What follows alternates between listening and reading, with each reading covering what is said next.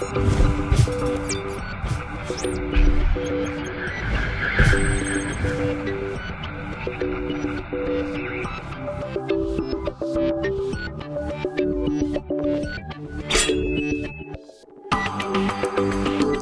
there, internet friends, and welcome to episode number 99 of FinalBossTV, your WoW game rating show. I know you're thinking, like, next one's 100, and I thought the same thing, too. Nothing horribly special for these next episodes, of course. We're going to be finishing up the Warlords of Ketchup Junket. We're on episode 7 today. We're talking about plate tanks, Prot Warriors, Prot Paladins, and Blood Death Knights, because they all wear plate. Get it? Yeah. And then next week will be the final one. We're talking about the elemental as healers, which I'll get more into at the end of the show, of course. Today, though, talking about swords and boards and the big two-hander. And our guest today, two returning, and one brand new, fresh, broken out of some military hospital ward. There's Treckie. Hi, sir. Hi. I am now a certified tank wearer because I have a plate wearer because I have a metal plate in my hand right now. You actually literally do. That is right. It's not grafted onto your skin or anything like that, though, so it's just... No, it's inside. That's fair. Hopefully it will stay there. You just need, like, an actual shield now, because it'll just hold right there. There we go. I can probably make a device for it, yeah. Well, good to have you back again, sir. Talking about Prot Paladins with you today. The fridge is good having your background, because last time you were on, there was no fridge. There was no fridge. There was a cat tower, actually, There was, indeed. There was cat tower. Alrighty. Joining us for the first time here, there's Trox. Hello, sir. How you doing? The same as usual. The same as usual. What's the usual for you? Horrible as fuck. Oh no, why is that? Trust me, that's a longer story than you want to hear right now. Aw, well, it's good to have you on the show. Plenty of stuff to come around to and talk about Blood Death Knight stuff. As past guests I've had on the show for BloodDKs are no longer with us anymore, no longer playing the game, so I appreciate your time. As Chatroom's gonna freak out. I'm glad to be sloppy fifths. Oh wow, well, awful. Well, bringing up the rear here, and I guess the sloppy 7th or 8th time he's been on the show. There's Eddy. Hello, sir. Hello there. How are you? I'm all right. Are you ready to do this? I'm not so horrible, yes. No, well, no. The hair looks good. That's at least it. Yeah. Thank you. New guild this time, though. Yeah, new guild. Unfortunate things happen. Well, many unfortunate things have happened in this expansion, as we have all seen from the outside in. I don't know. Has an expansion cannibalized as many guilds as Warlords? I don't know. Possibly. I wouldn't say as publicly, though. There's a lot of big names that have disappeared this tier, and this expansion in general. Yeah. TBC cannibalized a ton of guilds, but it was always like the lower end guilds would get cannibalized. Right. Their players would get poached by the higher end guilds. Warlords guilds died all over the spectrum pretty much equally, so it's a lot more noticeable. It's a huge shift. I mean, the game is at a decade old now, so it's no surprise to see this kind of stuff like that. But you never, like the next update, you know, so and so's guild has either been disbanded or has been changed, or all these people you see on WoW Progress suddenly leave one guild, and they're always like, so it happens. It definitely does happen. Go around the table again real quick in the same order, just so you can plug yourself and what you do on the internet and why people should care about what you have to say about these classes. So, Treckie, besides having the fridge right there, which qualifies you as, like, you know, one of the best gamers out there, how should people know you from, sir? I mean, I stream and play video games, and then I play in Nihilum right now, which and before that in Method for 4.5 years. Yep, a long time. Something like that. And you're also you're in like 2 guilds right now, though, right? I was progressing just in the past here in a guild called Nerfed on US as well. Yes. Okay. As a Resto Shaman. Yeah, that's right. I saw you healing, and I was like, this is not a tank. It has a shield, though, but close enough. True. That's fair. All right, Trox. How about you, sir? What I'm most famous for is writing very controversial BloodDK guide, Ooh. MMO champ, and a few other places. I also a very occasionally stream or make YouTube videos, but it's more casually, like kill videos and stuff. But that's just kind of on and off. And occasionally I write very large articles or posts about stuff. About stuff. And more importantly, I rant a lot in the Accurus IRC. Well, that's a place that can happen. Why is your guide controversial? Because most tanking guides primarily focus on survivability because they have, I mean, I'll try to keep this brief because they, like, I view survivability as a bar you need to get over, and then once you're over that bar, there's heavy diminishing returns after that, at which point you should invest your effort into other things. So basically, I believe in maximizing your total usefulness to the raid. Most people, not most people, but let's say a lot of people don't agree with that. And the reason is because they want to play like really safe. They don't want to ever take a risk. Whereas I prefer to like rely on playing well. Right. To make up any difference. That doesn't seem too controversial to me, but I guess depending on your perspective. That's because I explained it really nicely. Oh, you didn't use not a lot of expletives in that one, or not a lot of colorful language. Like I said, I kept it short. The discussion's complicated. That's a massive, like, it doesn't cover either side well. That's fair enough. Eddy, how about you, sir? I currently tank for the guild Nova on Ragnaros EU. I occasionally lurk on the MMO Champion forums, moderate it a bit, and post my 2 cents every now and again. Your 2 cents? Just 2? Yeah, just 2. Just 2. Keep it brief from now and again. Is that, for Protection Warriors, is like the best place to go for that kind of stuff on MMO Champion? I would say so. As we were having a discussion earlier, I think most of the other tanking websites have sort of tailed off a little bit. I would say that probably MMO Champion's the best place to go for all that sort of thing nowadays. Right, yeah. For certain classes, it Yeah. most definitely is. I'm building been building this huge Firelord's favored page for a very long time. It's going to be on our website that lists a whole bunch of like really good communities or websites or YouTubers or things like that that I have worked with before or want to promote. And it's funny when you get down to the nitty gritty on how many classes have a place, Yeah. and then how many just don't have anything. So even like a forum post, I guess, is fine, but that's not like a one-stop shop for what you need. And some of the websites that used to have certain classes had stuff for it, but it's slowly just diminished. So yeah, I think there's definitely a spot open for a big sort of tanking community that needs to be filled. Yeah, I mean, Tank Spot was pretty much done as of like 2 or 3 years ago. So well, the tanking community needs to stop fighting with itself on exactly what I was talking about earlier before that happens. Yeah. Because some people are very dug in on either side, and it makes dialogue impossible. Well, you've got a new kid on the yard in a couple of months here with the Demon Hunter, so we'll see if that will rift the tanking community more or bring it together. We'll just have to wait and see.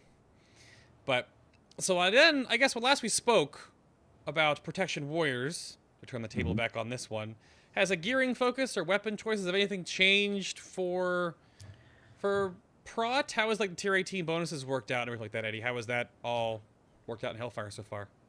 In terms of gearing, I would say it's still pretty similar to what we were talking about going into the tier. The 3 main stats you need to focus on are bonus armor. For survivability, this is bonus armor, mastery, and crit are your bread and butter. I think depending on your playstyle, you want to vary up between those two. If you want a more shield barrier heavy spec, then you go with more crit. If you want a more reliable spec inside of shield block, you go mastery. But bonus armor is always going to be top. For DPS, it does change slightly. You want to get some haste, some multi-strike, but on progress, really, that's not really what I'm focusing on. Interesting. So then how did the tier 18 sub bonuses go? Because I know they were kind of like that. They felt like big band-aids to help Prot Warriors because they had a weird spot in tier 17. They did have a bit of a weird spot, and the set bonuses for tier 17 were nice, but they weren't anything to shout about. This tier, I think, for certain fights, the 4 set bonuses been an absolute godsend.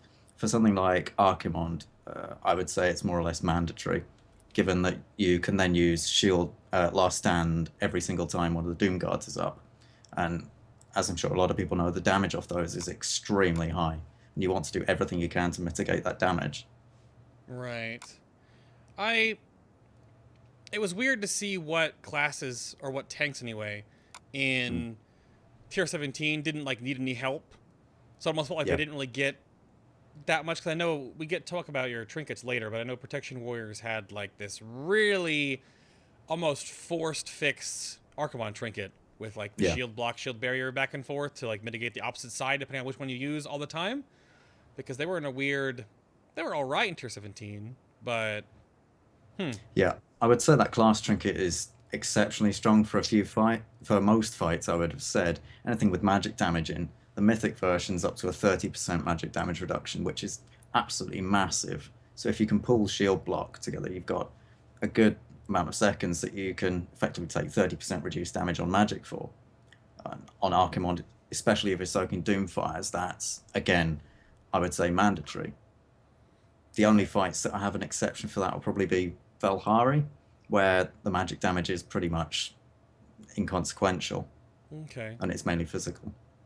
So there was no crazy outlying issues then with the jump, because sometimes like we'll get into Trox here in a minute, but I know like the BloodDKs aren't like even wearing like their tier 18. It's like meh.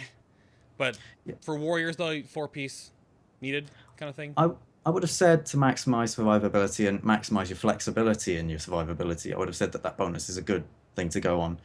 And most of the armor's pretty well itemized anyway. There's only a few pieces that are haste and multi-strike, like the chest, but that's dealable. You can deal with that. But for most fights, if you want that safety of being able to really go hard on shield barrier, then I would say it's a pretty good thing to use for most fights. Fair enough. Alrighty. There were recent, I put in the notes here, the recent DPS buffs that Prot Warrior got. Yeah. Was there any...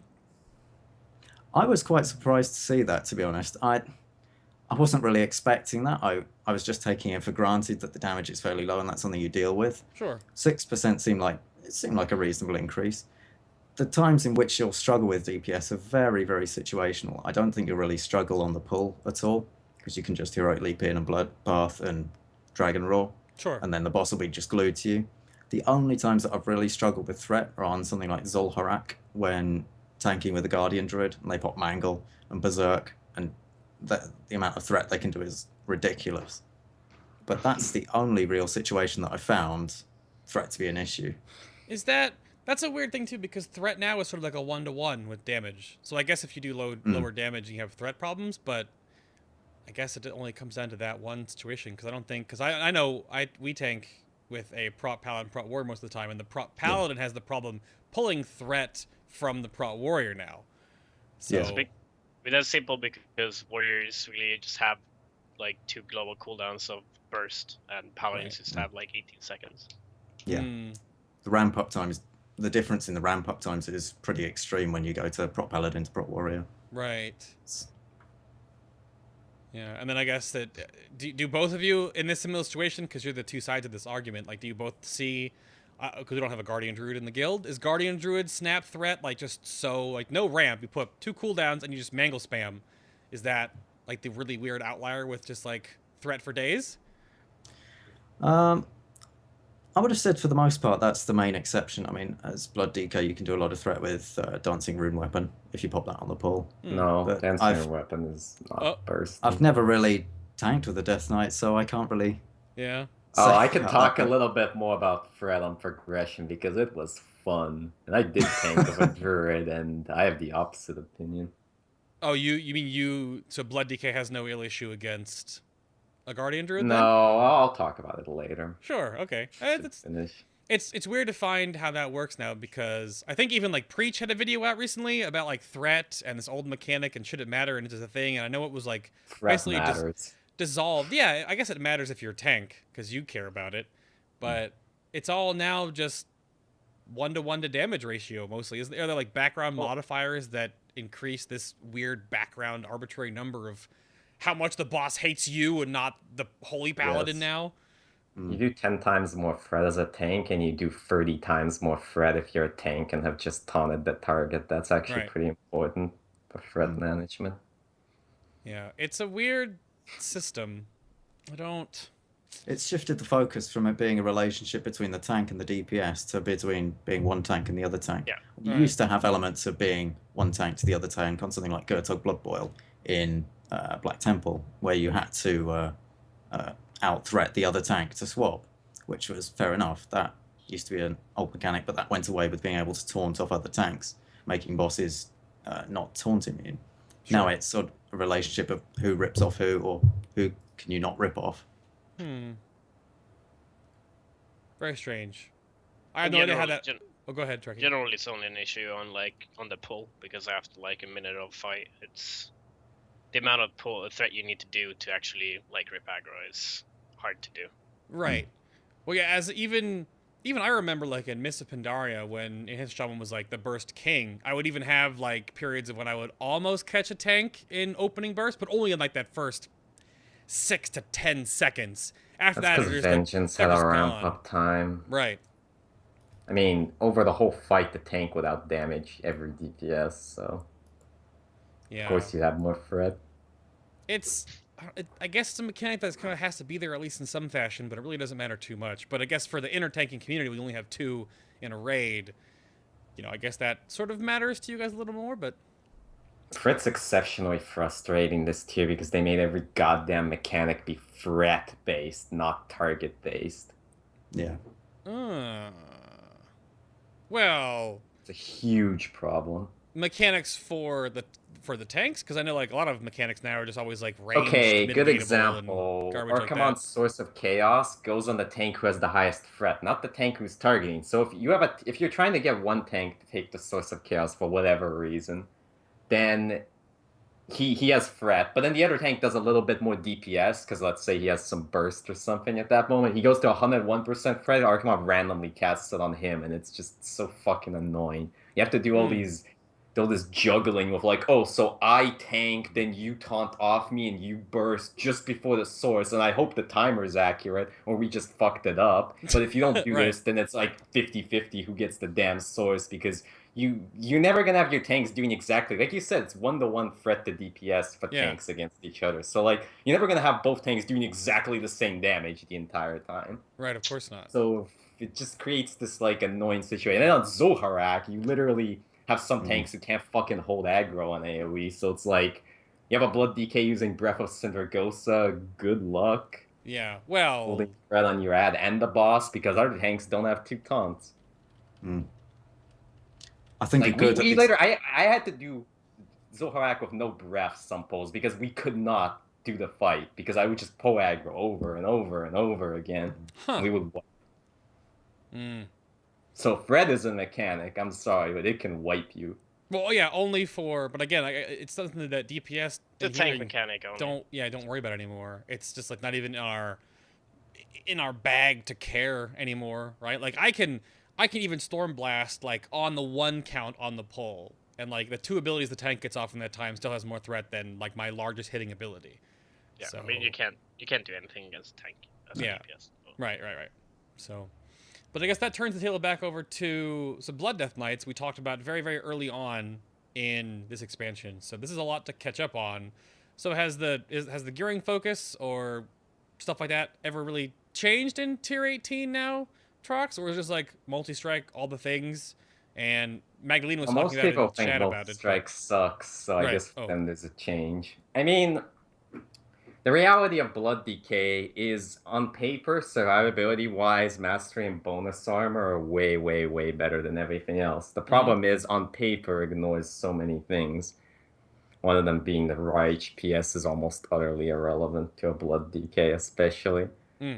So what ends up happening is you stack multi-strike, even though it has effectively almost no defensive benefit, because it's the most damage and because it synergizes with Breath of Sindragosa, which, because of how the other mechanics of the spec work, ends up being the only thing you care about.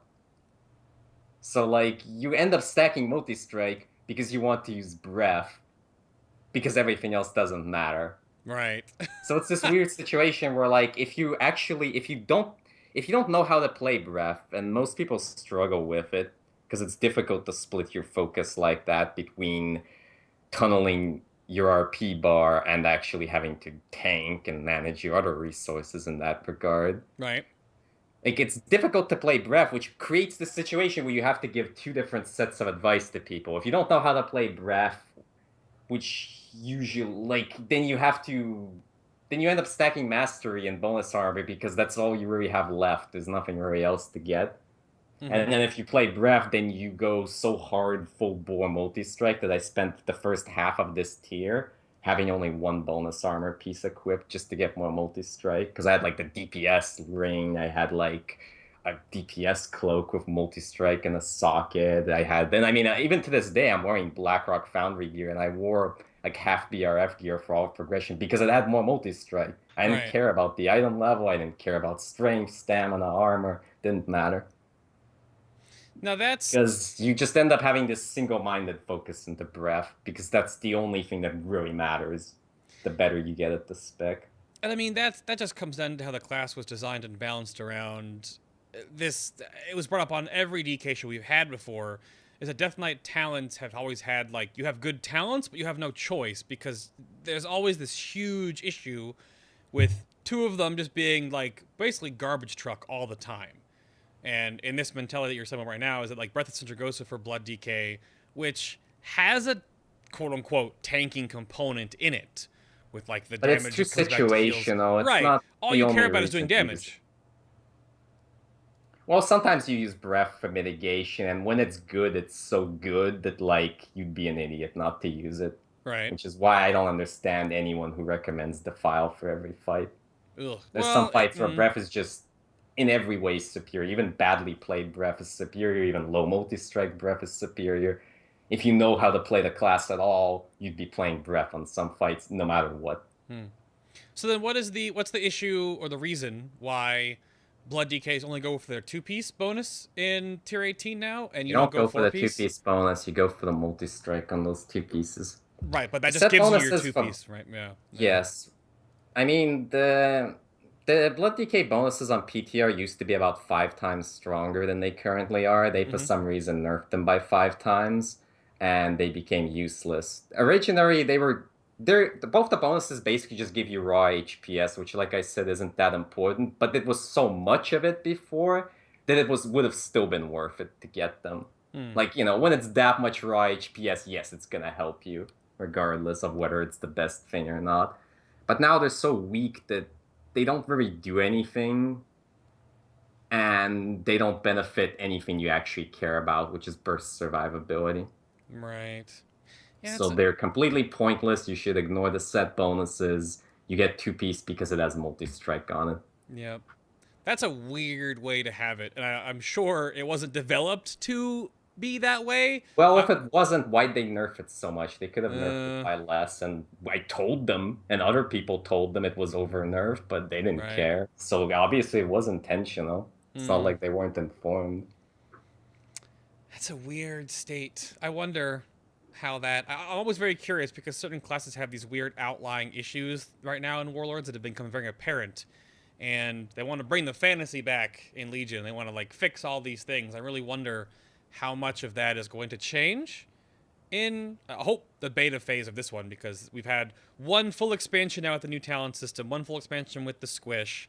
We've learned a lot. They've already realized that in that regard, too, multi-strike is leaving in Legion for apparently other secondary stats, other than, like, as in plural, which scares me a little bit. But I wonder in that regard if they're going to take away multi-strike, certain classes use it so heavily, like you, in BloodDKs.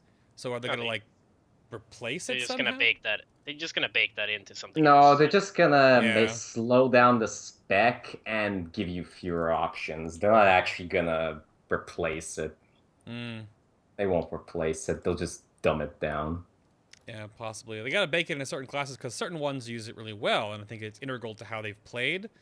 But for many people, multi-strike is just like, it's just like crit, but not. So. Well, by that logic, why not remove versatility? It's pretty too. Well, no, I don't think anyone's gonna disagree with you on that. That's the point. Removing multi-strike is arbitrary. You could just as easily remove versatility. At least multi-strike has some interactions for some specs. Fair versatility enough. is just pointless.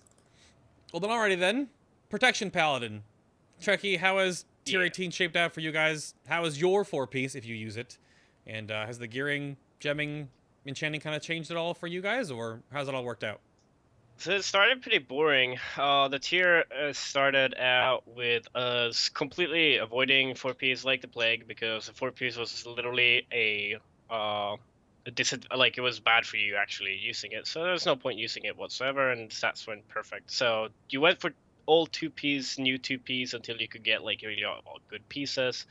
The 2Ps was still worth getting, and then it was like 3 weeks into the progress or whatever, they came with like a lot of different changes, and they basically super buffed 2Ps and 4Ps. So now it's absolutely like crucial to get 2Ps and 4Ps ASAP on your Paladin.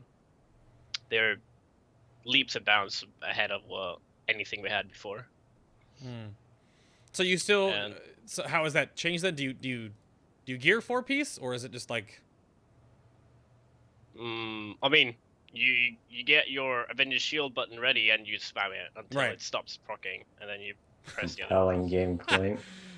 Yeah, that's even that the Avengers Shield spamming proc is like kind of weird on certain fights, because the interrupt mechanic on that isn't like a regular interrupt like a DPS has, and that's like messed up certain things. Very little, Well, but it's it did to some extent on Dark Whisper, Hellfire Council, but that fight was pretty shitty with interrupts and whatnot. So, Yep. and like looking at it from a like survivability standpoint, it was actually really good for Dia, because you could just keep them on, like wait for them. Not that mechanic is very dangerous, but you could hold your Avenger Shield procs and just use them, so you could basically interrupt her constantly. Yeah, I mean, you do get tons of holy power to throw around and Yeah. utilize with that, but do you actually tons get of tons of damage. holy power, because you still would be hitting a generator regardless if it was that one or not, right? No, it's a lot more, definitely. Yeah. Okay. And it has like it's RNG, but it's you're gonna be getting a lot more holy power, that's for sure. What because of about jumping enchanting? What stats are you aiming for still on Prot It's Pally? still about the same as it was in BRF. Haste is the most important stat for survivability, and damage as well. You want to try to reach a haste cap. The main difference is that with the extra gear, it's gonna be hard keeping you as low as the haste cap for empowered seals. So it's much more likely that you're gonna be using a Holy Shield or a Seraphim, because you just get an overabundance of haste, and you can't keep that low. Yeah. Is there a cap that you don't want to go over? Like, is there just too much haste to get? That's why the problem with empowered seals is that like you only.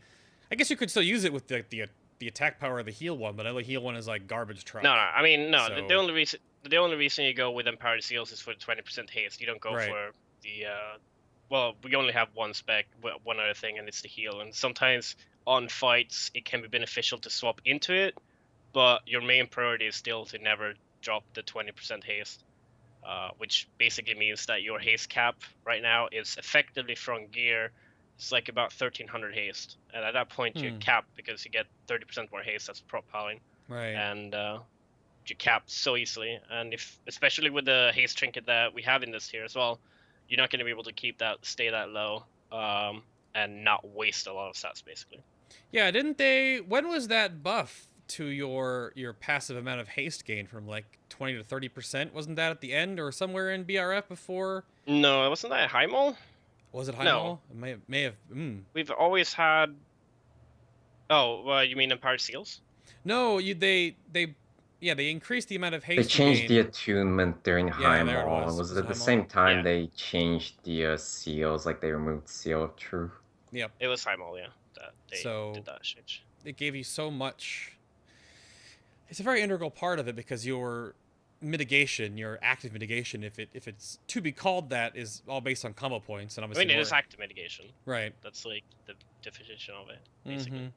Is that Like- you have to have combo points for it, though. So that's the Yeah. more haste you have, the more. Yep. Yeah, that seems. I mean, it seems strong. It's been a weird ride for Prot Paladins, because I know they've gone from being really good a lot, and then like the next tier just being like, nope. Well, they were They weren't that great all in all in BRF, and especially not in the start of HFC. They were like arguably one of the worst tanks, if not the worst. And then with the 4Ps and 2Ps buffs, we basically jumped up to not druid level, but almost. Like we're probably ahead of the other Paladins right now, I'd say. Right. It's been a weird. And this leads me in to, I guess I'll bring up, because we kind of talked about the tanking hierarchy before, so I'll flip flop these next two, and this brings in this. Tanks have always had this really kind of tumultuous back and forth, because obviously you only have like 2 tanks in a guild normally, or any normal fight. Sometimes you have 3, like Mythic Manaroth. You could run 3, you don't have to, but you can. And the fights aren't designed for 3 normally anymore. And even in like 30-man heroic, you're not taking 3 tanks. I guess you could, but you have 2 tanks, and then depending on which ones you use or don't use, your perspective changes. So now they're going to be adding another tank in Legion in the Demon Hunter, which will be another leather tank. So there'll be 3 leather and 3 plate. And all the leather ones are kind of going to be all same-ish. I don't... I'll start with you back on this one, Treckie. Like, what do you... Do we need another tank in World of Warcraft? Did you say me? Yeah, you. Yeah, you go first. No, we don't need another tank. Although, to be fair, I think after the nerfs, like the powering buffs, the Guardian Druid nerfs, I think they actually got all tanks relatively close together in the end of HFC right now. The class tank balance have been a lot worse before, and I think they actually got pretty close compared to like what they usually do. But adding another tank, adding another like high mobility, most likely avoidance based tank, pretty much a monk, but using glaives. I don't think we need another one, especially since we're still only gonna have 2 people, Right. 2 characters in the raid that are gonna be those tanks, and having those be 2 out of 6 instead of 2 out of 5 different classes is just gonna make it more important that every tank basically has 3 alts, so that they can use whatever is needed for that tier. Yeah, at least in like the more hardcore high-end progression, you guys are all going to have all of them. You know, at least to some point, you're going to have at least 2 in other guilds. So... You need to have a backup. Yeah. Right, yeah, of course. Because you never know what buffs or changes. I know that our Pro Warrior has gone back and forth between his Monk in BRF, and now it goes back and forth between his Death Knight for more grips in HFC. Like, you just have to have that option. So now you're going to have to also just have a Demon Hunter, I guess, because this fight needs a Demon Hunter because they're really good all of a sudden, or they're wickedly OP. So, I don't know, Trox, what do you think? I mean, the reason they're adding Demon Hunter tanks is because they think if they add more tanks, there won't be as much of a so-called tanking shortage. That doesn't really pan out. The people who end up playing new tanks are people who played tank before and re-rolled. But, like... adding Demon Hunter as a tank to me doesn't really make sense when they haven't even gotten tank gameplay right for the other 5 tanks. Every tank class has just weird, inconsistent bullshit gameplay, and they seem to be more concerned with cutting out gameplay than adding it back in, so I'm not really sure why they want to add a new tank class in light of that. It's like, well, how about instead of adding new gameplay in the Demon Hunt, how about you give it to the other 5 tanks and spread it around a little? Right. Like, it's just like, the only reason they're adding Demon Hunter is because people think it's cool and they want to get subscribers, because people are going to come back so they can play a Demon Hunter, so they can be Illidan. That's it. Well, that's the only real reason. You're not totally wrong, but I get what you mean. I don't... It's a strange point. What do you think, Eddy? I would tend to agree. I don't really think there is position in the raid for another tank. I'm a bit confused as towards Blizzard's mentality on this whole thing, because they, at one point going into this expansion, they were saying there would be 5 healer fights, there'd be 3 tank fights, and that would be the whole reason behind going 20-man comp. But that doesn't seem to have happened. I mean, Demon Hunter would make sense if they guaranteed going to the next expansion that you can have 3 tanks on every fight, that's taken as a given, and that there's 25 raid spots available. Because bear in mind that Demon Hunters are not just going to be tanking, they're going to be melee DPS as well. The amount of melee DPS there's going to be in every raid is just going to be ridiculous. I mean, if they're going to make it an avoidance tank, they need to do it correctly. As Troxism was saying earlier, it's okay having burst on a tank and having them an avoidance tank, but you need to have mechanics suitable to deal with that burst. And as you were saying, DK is able to do that. Monk, not so much. I think it Monk makes an just has interesting passive playstyle. stagger, which Yeah. isn't active gameplay. That's just passive gameplay. Yeah, Make it's sure you just- tick. damage Yeah. reduction. It's if you It's take reactive, burst. which is pretty simple. Yeah, if I take burst, I take burst. The healers just need to cope. If you make a tank with an interesting gameplay where if they take burst, they can instantly react and prevent any more damage for a little while, that would make an interesting situation. But I think they need to make that divide fairly clear cut between avoidance tanks and passive tanks. Right. I mean, based on the fact that leather tanks are agility based, so that they're more agile. If you want to pull like some D&D in here. And the plate tanks are like maybe slower. They have a lot more armor. They take just less damage up front, Oh, right? they're They can. slower. Have you ever seen a prop warrior? I know. God, they're wearing hundreds of pounds of plate armor and they just fly across the room. But we'll have to just see, I guess, because what abilities can they give them that aren't already on other tanks anyway? Well, they said about using Volt as an active tanking mechanic, which to me seems a bit bizarre given how bosses tend to fly about these days anyway. You don't really want to be back vaulting all over the place. So they'll probably have to make that with you standing still in place, which seems a bit backwards, if you'll excuse the pun. Right. I don't know. No, it'll definitely be weird. I know because, at least from the three of yours perspective, you're probably all gonna have to roll one.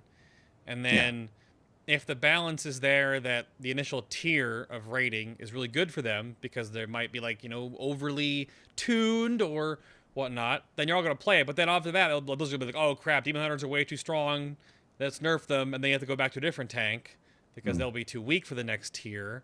So, and that's just not fun playing as a tank to like bounce around a new class, unless you guys like changing your tank you're tanking on every other tier.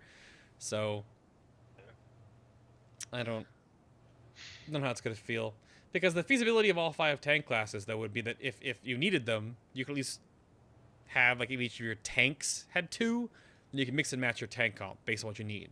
But, just like you guys both said, so I will move us along to other elephants in the room, and these Archimon trinkets, which they did the same kind of thing in MoP, where they gave us these really cool trinkets in Siege of Orgrimmar that were like, we're going to, like, possibly test new things coming in the next expansion in trinket form and see if they're OP or okay. And they're doing that now with the Archimon trinkets, which some of them are Band-Aid-ish. And I'll start back with you on this one, Eddy, because it feels like yours is the most forced Band-Aid-ish trinket. So how does the Archimon trinket work for Prot Warrior? The Archimon trinket for Prot Warrior basically works that when you cast Shield Block, it gives you a flat damage reduction to magic damage, which is, on the Mythic version, up to 30%, which is an insanely strong amount of magic reduction. So, for example, if you're soaking Doomfires, if you're tanking Doom Guards on Archimon, even the second blast in the combo that Manoroth does, you've got a massive amount of damage reduction on it. And to me, it does feel like the gap that Prot Warrior is missing. I mean, it does have the highest passive magic damage reduction of any class, but it's completely inactive. It's just sit there with Glad Stance. I would say for most fights, it's pretty mandatory for anything with a significant amount of magic damage. The exceptions to that would be Velhari, where the magic damage to there is pretty much all avoidable and pretty much inconsequential. It does also have the element of when you cast Shield Barrier, it gives you some bonus armor, but it's not even bonus armor, it's just armor, so it doesn't affect anything really. Just doesn't give you attack power? No. Wow. Okay, so it can't be used cheekily for DPS. No, you can't scumbag it, unfortunately. If only. I know. Which, it's going to be funny about that trinket when we get around to Treckie, no about how much you can scumbag that one. But that smile. But so how about BloodDK? As chat was laughing about it, Trox. What is the BloodDK Archimon trinket? Well, basically, I'll start it from this point of view. Okay. Why was the BloodDK trinket made the way it is? Because a lot of players complain that multi-strike is BloodDK's attuned stat, but it gives like no mitigation, and a lot of tanks, like I said, only care about mitigation. So they're like, oh, well, it's stupid that our attuned stat doesn't give us mitigation. So Blizzard's like, okay, we'll make a trinket that makes Death Coil heal you, so you get mitigation from multi-strike. So that's why that trinket was created. The problem, as I said earlier, is that the reason you get multi-strike is purely for Breath of Syndragosa. You know what you're not doing while you're Breath of Syndragosing? Death coiling. And you know what the problem is? Even if you are using aren't using Breath of Syndragosa of that trinket, is it's an HPS trinket. It gives no damage reduction. It gives 0 survivability against burst. It's so fucking useless. It's like it's a trinket designed for 5-mans and soloing. Like I don't know what the fuck it's for, but it's not for like it has no place in mythic tanking whatsoever, or even like heroic tanking. Maybe like normal mode. Right. And it's like the problem with it is if you take a bunch of damage and you're below half health and the next swing's gonna kill you, you're not gonna Death Coil to heal yourself for 30k and hope you survive. You're gonna Death Strike, so you heal to full. And then when you're at full HP, you're gonna Death Coil for 30k overhealing. Great. That's so useful. Yeah. Like, I mean, my first Zoharak kill, a fight which has plenty of tank damage, overhealing on me was 50% between me and the healers. Why would I use a trinket that only gives me more healing and no damage reduction and terrible DPS in that situation? More healing is not going to save your life on a difficult fight. More healing in big bursts when it counts will, and that's what Death Strike does, and this trinket cannot do that. It's just overtime healing like a big hot on you. And you already have a ton of those from the healers. Like, this trinket needs to either be literally doubled in power or more, or it needs to affect Breath of Syndragosa and be buffed by like 25%. And even then, it might not be used. I'm not sure. I haven't really bothered running the numbers for it because, frankly, it's never going to get changed. It's not. It's a piece of shit. Yeah, it's done now, obviously. So, but I guess you're just. I mean, not and then you using have it, like and Treckie will get into this. You have this over budget as hell trinket. That is the Prot Paladin trinket. That's so over budget. DPS specs would use it if they could. They would stand in fire, get the heal from it, the proc it, and it would be a DPS gain for them over their actual trinkets. Yep. That's how over budget that thing is. No, it definitely is. But I'll let him talk about it. You're definitely not wrong. So then I guess in that regard, since you obviously have like condemned this or the development of this trinket is basically useless, what trinkets do BloodDKs run then? You run all DPS trinkets. You run like the best trinket is the one from last tier, Vial of Convulsive Shadows, because they nerfed all this tier's trinkets so much because I guess they were afraid red paladins would be good. And then I mean, okay, I'll backpedal a bit. Tyrant's Decree is completely useless to Blood. Why? You're always going to be dropping below 60% health playing as a Bloody Key. You'll never keep the stamina buff up. It's pointless. Stone Sigil sucks because it's A, a stamina trinket, and B, it's under budget. Pebble sucks because it's under budget. And then you have the 2 tanking trinkets that actually are useful, Anzu's Cursed Plume and Warlords Unseen Eye. Yeah. But Unseen Eye and Plume, they're the best tanking trinkets, but you only really need them on Tyrant Valhari as a BloodDK. On every other fight, you can easily run double DPS trinket, and you pick between 4, Vial of Convulsive Shadows, Empty Drinking Horn, Discordant Chorus, and Unending Hunger.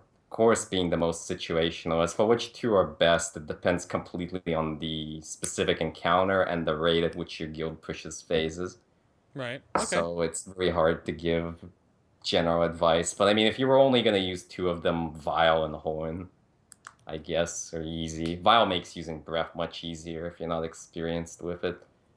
Okay. But I mean, at the end of the day, if you want to use mitigation trinkets for whatever reason, if you're having problems, I mean, use Anzus and Warlords. All the other tanking trinkets are not even worth considering. You're better off wearing Blast Furnace Door than any of them. That's a good trinket, though. That's it. Blast Furnace Door is just Anzu's Cursed Plume with a lower item level. But, and if you want to use, other than that, you can just run DPS trinkets. I ran DPS trinkets on progression on every fight but Tyrant, and it's completely fine. So like those are the trinkets you can run. Fair Or you can enough. run the 2 defensive ones, but never run Reaper's Harvest, never run Tyrant's Decree, and never run Imbued Stone Sigil. Gotcha. Any reason. Alrighty, Treckie, you're up next. Would you like to explain to the class why the Archimon trinket for Paladins is like retarded? Well, so the tanking trinket from Archimon has a good and a bad side. The bad side is defensively. It's not really that strong. You can game with it, you can track it, and you can basically use it as kind of a mitigation saber basically if you're like between Shield Righteous and other stuff, and because it will heal you up one hit will basically negate one hit every 12 seconds. But offensively, it does a crap load of damage. It does about 120k damage. Plus, it can multi-strike, crit, and everything, and it does the same amount of damage every single target. It's not split or anything. So on fights where you take it, deal damage to more than one target, it basically reigns supreme. But even on one target, it is a lot of damage if you can make it proc all the time. Right. So yeah. What do you pair with that? I'm assuming the Warlord's Unseeing Eye is really good with this trinket, I guess? Maybe? Yes. Well, it depends a little bit what you're going for. If you're going purely defensive, there's no trinket that even comes remotely close to Warlord's Unseeing Eye in terms of survivability. The proc is far better than anything else in the game, and also prop paladins need one haste, so both defensively and offensively, it's pretty strong with the haste. The second trinket would be either the class trinket or Answer's Curse Plume, which I would definitely say would be stronger for single target fights like Tyrant and Fellord. Depends if you want that survivability or you want to game a little bit more DPS. So Right. that depends. On fights where there's a lot of targets to always hit, like Iskar, Sulhorak, Archimon, the class trinket will have really high effectiveness, but it doesn't always depends if you're going for the survivability route or the more DPS oriented route. Mm-hmm. Okay. I mean, so far the two of you have resounded that Tyrant's Decree and the Imbued Stone Sigil are basically poo. I would wait, okay, I'll explain even more why Tyrant's Decree is a piece of shit. Okay, it's only good. Isn't it only good for like bears because of their high HP values? Okay, and that's actually false logic. Okay. If you have a lot of HP, getting more doesn't help you. You're already not getting spiked down. But two, like a lot of the tanks in this game will drop below 60% health in normal gameplay. DK especially. Every melee swing against any boss that is in any way a threat will drop you below 60% instantly. And you have no preemptive mitigation. You can't I'm gonna Shield of the Righteous to not drop below 60. No, you just drop below 60. That's like proper play to drop below 60 all the time. And even Prot Paladin, if you don't have Shield of the Righteous for some melee attacks, you'll drop below 60 very often. Your class Trinket will proc and heal you to full, but you still drop Tyrant's Decree stacks in that split second. And it's like, that Trinket, it's designed from mana off. That's the fight it's designed for. But then, from the point of view of a DK, if you die on mana off as a DK, you have no idea what you're doing, and you should play a different class. Fair. It's just the Trinket is weak for all tanks, but it's especially completely useless for BloodDK. You don't need the stamina if you play correctly, and you'll never have the stamina. Whether or not you play correctly, you have no choice. You'll never actually have it. The only thing that's good on it is bonus armor. And if you want bonus armor, use Anzu's Cursed Plume. Yeah. So oh, go ahead, Trey. The thing is, all the plate tanks are generally low HP. All tanks are basically low HP tanks compared to druids. The only reason it's relatively useful for druids is because they're doesn't matter they're stacking what you bonus. Their stacking bonus buff is increased by the trinket proc, and it could be used for some fights like Sulhorak, where you're solo soaking the black holes or whatever. it's gonna drop between each, but there's a certain amount of time between all of them. I think it's a pretty shitty. It's a really shitty trinket. The proc effect is kind of crappy, and like Troxism says, like any fight that's hard, that's gonna do a lot of damage to it, it's gonna drop all the time, and you're never gonna get any use out of the proc. So the bonus armor is nice, sure, but then you have answer trinket, which is 100 times better. Yeah. So that brings it back around to then Prot Warrior. Then are you guys in the same situation? Because your trinket like Trekkies is gonna be good, Eddy. But like, what do you pair with it? I mean, for most fights, I would generally go for anything really hard hitting, like Manwrath, like Archimond. I go with the class trinket, and then I usually go with Warlords. I mean, even though it has haste on it, the proc on it is ridiculous. The harder a boss hits, the more powerful it becomes. So I'd use Warlords on stuff like Vilhari, obviously because it's insane there because of your health reduction. Right. For the earlier bosses, I've started taking the class trinket off and going with Anzus. And because the earlier bosses don't tend to hit for as much, the Warlords loses a lot of its potency, and the haste isn't ideal. So I tend to get rid of that, and I generally swap it out for Blast Furnace Door. I don't have any decent DPS trinkets, which I'd probably go for instead. But yeah, mostly Blast Furnace Door Anzus. Then I have an abundance of mastery and abundance of bonus armor. Right. And I can just play in whatever style I like, really. It's still strange to hear about. There's a couple of outliers in the DPS realm. We'll wrap up next week and see if any of the healers are actually using last tier trinkets. But I know that I'm not. But I know that other classes in the DPS realm still do, and it's interesting to see that there are some tanks that still do it. It's just the as well. strength trinkets got over nerfed, so a lot of strength DPS and one strength tank uses a previous tier trinket. And the tanking trinkets are really poor this tier, so then people end up using Blast Furnace Door in that respect too. Like, they just over nerfed a lot of these trinkets or under budgeted them, and like compared to Soul Capacitor, like Empty Drinking Horn is just pathetic for like a DPS. Well, I argued with you.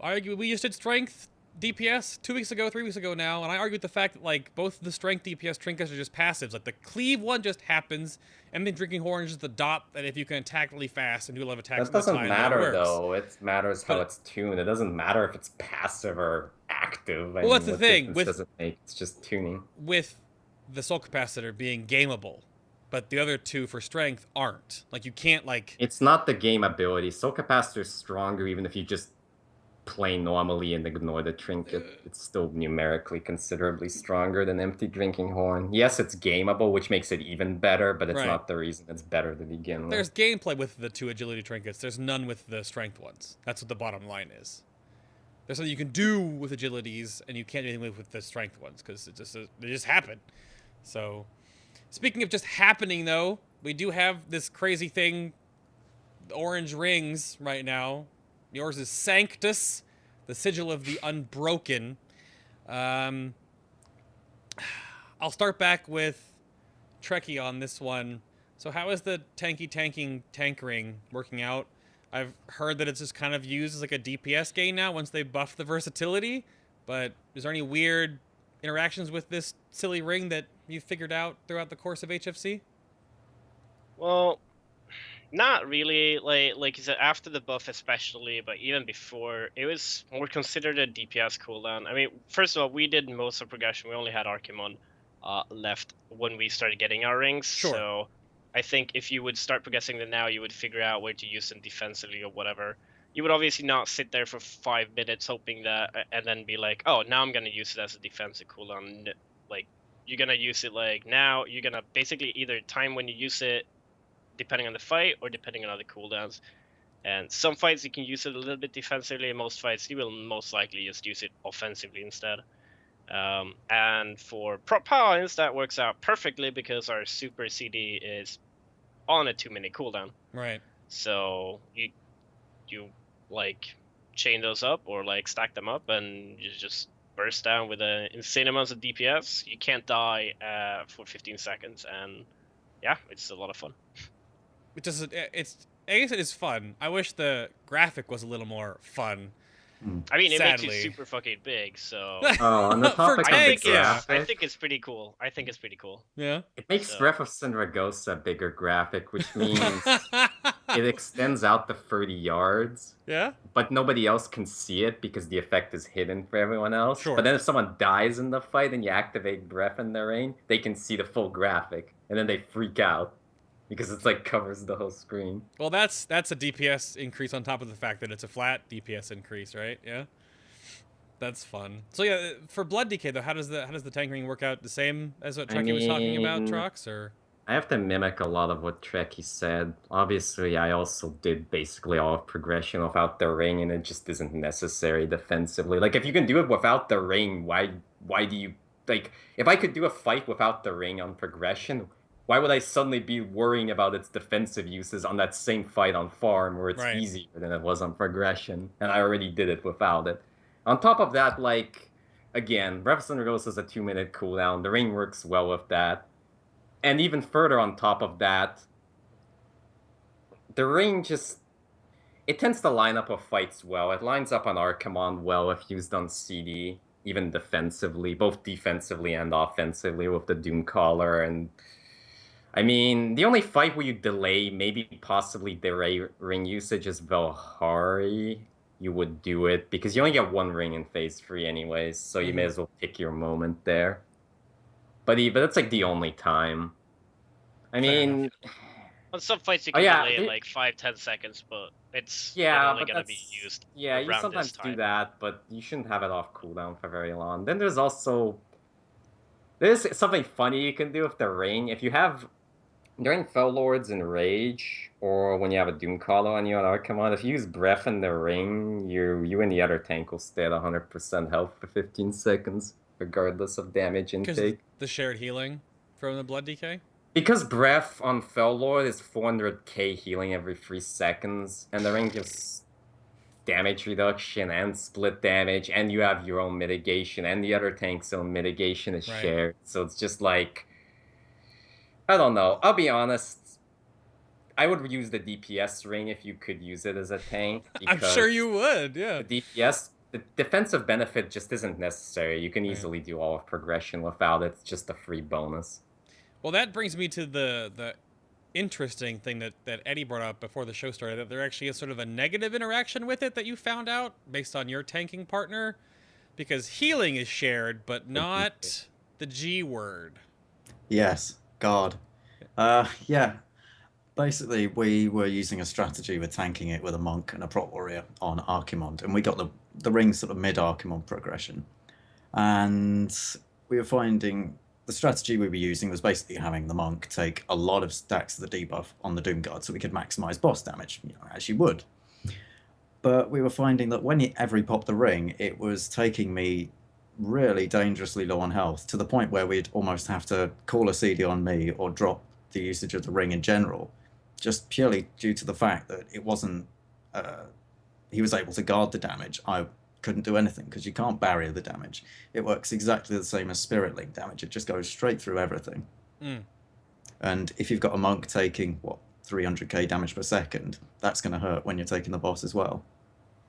Yeah. There's actually another bug with the ring. On Tyrant Valhari, it heals you up to 100% regardless of the ore. Oh, right. During the not that it matters, because the shared health effect means you'll never get one shot there. Yeah, but I'd still say that it's very significant on Valhari, because it basically makes, when you use it on Valhari, it basically means that's a 15-second cover, like, for that part of the fight. And depending on when you do progress and your damage... But on early progression, when you didn't have the range, you just brought in another external, or you used more tanking trinkets. If you didn't have that option. But like that's, I mean, it's a cooldown. You can use it as such as well. Sure. And some fights it's beneficial to do so, but most fights, you can do the fights without, but some fights it's just easier if you can time it a little bit here or there. But I would have said some fights it's not worth it. The ring in general for tanks at this point is much of a muchness. I think the DPS, it's obviously a clear bonus. For healers, obviously, it's a clear bonus. For tanks, you can pretty much do everything that you do otherwise without. It is literally just another cooldown. You can use it defensively, but it's not... It's good, but... I mean, it's fairly meh. I mean, I know that sounds a bit counterintuitive, but it's... I mean, you do use it as a DPS cooldown now, which... Like, they doubled it because it was so meh, and it's still meh. Yeah. I think I think a better design with a bed, give it a passive DPS bonus and then active defensive bonus, like something you use defensively, Right. and it works. And because it really sucks having to feeling to have to use it because of DPS purposes when it's a tank ring and you're a tank. So I think the most horrible thing about it of all is it's our legendary ring. What do they give us? Versatility. Yay! Hey Like the now, most boring stat in game. that's the new It's just a hotness for bad Warlords, version of though. the DPS ring. it's a stat that's never Thanks. gonna be horrible for anyone. Like Yeah. imagine if Yeah. they gave multi-strike, it's like as prop power would be. This is awful. Multi-strike I would rather benefits take your class versatility, and trinkets, then so fine. give it haste, and I'd love it. But some other class might not, so it's just everyone will It's like covering all bases, but it's Yeah. it's fairly boring. It's an experiment again. Hmm. Like the class trinkets are experiments. The legendary ring's an experiment. Just like they did in Siege of Orgrimmar. It's like live beta testing. So sometimes it works, sometimes it doesn't. I mean, there have been some proponents that wish the DPS ring was still like the bouncing DPS buff, and I'm just like, ugh. Oh god. The RNG of that would be terrible. Like, it bounces to you right after your DPS cooldowns are done, so you'd, like, get, like, yay, my regular damage is higher, woo, but, like... It's just stack Moonkins and then have them only pop their cooldowns when it bounces to them. Oh, there'd be some shit like that, yeah. Ugh. Let's bring it back to talents now, then, and I'll go with Prot Warrior first. And it's funny you guys bring up all these, like, issues with, as a tank, you feel like you're using stuff a lot of for just DPS reasons. And this has been something I've seen... Specifically for Prot Warriors, I think most of all, and I guess BloodDK is relatively in the same vein now too, is that all your talents, outside of, I guess, one, really feel like they're just choices to do more damage. They're not like choices to like tank differently or have different cooldowns or have different mitigation options. They're just like, how do you want to do your extra damage buttons? So Eddy, how have talents changed for Prot Warriors? Any choices changed really, or... Walk me through your tiers. Since we last spoke at sort of tier 17, I'd say it hasn't changed at all, really. I mean, you still use anger management for DPS if you want to go down that route, fine. Ravager does have a little bit of situational use now and again, but you're then balancing the trade-off between flat damage reduction, which I personally quite like, and I think it's fairly consistent to sort of a burst cooldown. I mean, I was thinking about this earlier. You could use Ravager on Manaroth, and if you get lucky, it's going to be better than taking Gladiator's Resolve for the damage reduction, but you do lose that consistency, which I think for a tank is really important, especially in progress. Consistency is absolute key.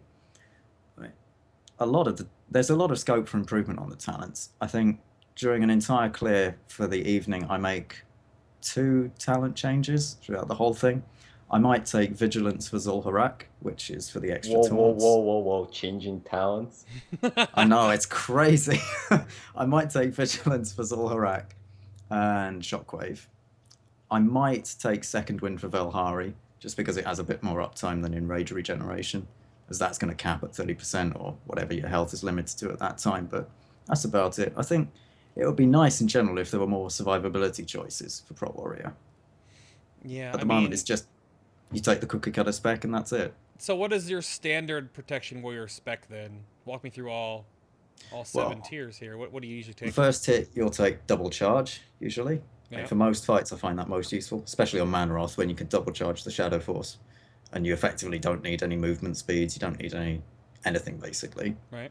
Then I would take, usually in Rage Regeneration, and I'm a big fan of Safeguard. I do like Safeguard in general. I think you can get a massive uptime on the off-tank. It's not as strong as Vigilance when you need it, but overall it provides a more consistent damage reduction on the off-tank. Mm-hmm. Next one, I'd say mostly I tend to take... I mean, Avatar is pretty much of a muchness. I know I'm jumping a bit here, but I mean, Bloodbath is what I tend to go with. Right. Gladiator's Resolve. What are the other ones that I've missed? 45 hair percussions or sudden death or probably unyielding. Again, unyielding strikes lends itself a lot to using anger management, as when you have 5 stacks of the buff, it still reduces the cooldown on things when you're spamming heroic strike. I tend to just take heavy repercussions as it fits nicely into the rotation. It's completely passive. You don't have to go out of your way to waste a GCD on doing damage. Sudden death it's a slight damage increase, but I honestly don't think it's worth it, to be honest. If you're going to go DPS, you go DPS. If you're going to go tank, you go tank. Yeah, there's, again, so many things for outside, like you're 75 and you're 30, or really like outside of like the passive of Gladiator's Resolve are the only talent tiers I see for Prot Warrior that actually like gives you tanking things. It's so weird to me. Like, I don't know why all these DPS ones aren't like replaced with different. I mean, guys, the Shockwave, Stormbolt, Dragon Roar tier, I guess, is kind of like an interesting interaction because either a knock away or a stun or a single target stun. It's stronger than the Shockwave one. Is tanky-ish, I suppose, but I mean, I've never really touched Stormbolt. yeah, it was all right in Siege of Orgrimmar for if you really needed to kill the machine quicker, but I think it set you up for a bad situation later on because you couldn't use it on every single one. Shockwave's all right, depending on the tactic that you use for Zul'Harak for stunning the ads. It can be useful when clearing trash, but aside from that, not really. gotcha. Trash King, most Trash. Yeah, exactly. Yeah. All right. You were scoffing a little bit there, Trox. So what about talent choices or the talent layout? I guess you play as a BloodDK, sir. Walk me through this. Well, I'm gonna start with saying this. DKs as a class have the worst talents of any class. This isn't even up for debate. You can't debate that. You have one DK of has the even worse talents than DPS because you never swap any of them. DPS occasionally will. DK talents do not have the issue of Prot Warrior talents of not giving defensive benefits. All but one of your talents as a BloodDK gives you some sort of defensive benefits. The problem is you always use the same ones. Let's go through it tier by tier. Yeah, First I tier, made my like fake version. Let me see if I'm right. So go for it. Let me see. Go. First tier, you got Plague Bearer, Plague Leech, and Unholy Blight. Now, there's those words, Plague Bearer and Unholy Blight, you should just take them out of your head. Like, you shouldn't have even heard those words. There's only one talent in that tier, and that's Plague Leech. Plague Bearer quite literally does nothing. I don't mean like it's bad. I mean it does nothing. Does nothing. Yeah. Plague Bearer extends your diseases, except casting Blood Boil extends your diseases by 30 seconds on every target you hit. Yep. Blood Boil is a single target, part of your single target rotation, and you get a free proc for it periodically. You are never going to have your diseases drop off unless you Plague Leech them. Unholy Blight is just same problem. It's just a second outbreak. It does nothing. Plague Leech, on the other hand, gives you a ton of DPS and mitigation at the same time. It basically acts as another bank for resources. Like, with Plague Leech, and later I'll go into it, Blood Tap, you can actually Death Strike 4 times in like a 10-second window. Actually 5 times in a 10-second window. It allows you to basically have another set of runes in reserve, and it's a DPS game. Like, it's just the only talent that even does anything in that tier. It's so good. Like, just play with Plague Leech, and you realize how insane it is. All right, what's the next tier, I mean... Lichborn, AMZ, Purgatory. There's only one choice there. You can use Lichborn to heal yourself by Death Coiling yourself, and this does scale with Resolve, but Purgatory is the best talent for what, like I said before, the only thing that matters, burst survivability. If you don't have burst survivability, like that's the most important aspect of tanking. So Purgatory is the only choice in that tier. There's not even a question. You never swap. Tier 58. Well, let's see. One of them gives movement speed. There's really no choice there. The other two are basically for trash / kiting / situational stuff that never actually comes up on any fight ever. Oh. You always pick Death's Advance because it's your only mobility tool. You're the slowest spec in the entire game because even an Unholy DK at least has Unholy Presence. Yep. You need to take Death's Advance. Level 60. A lot of people, this is a tier that's often debated, and people keep telling me that, oh, it's okay to use something other than Blood Tap. No, it's not okay to use something other than Blood Tap. Like, I'm trying to think of how to put it in sort of a useful way. Like, BloodDK... I keep talking about burst damage survivability, and I keep talking about resource management for BloodDK. Both Plague Leech and Blood Tap play into that hugely. DK survivability is not about overall HPS, it's about death striking when you need it. And both Blood Tap and Plague Leech allow you to do just that. None of the other talents do. So, like, the flexibility Blood Tap provides is just insane. It has a high learning curve, but it's completely worth it. The ability to...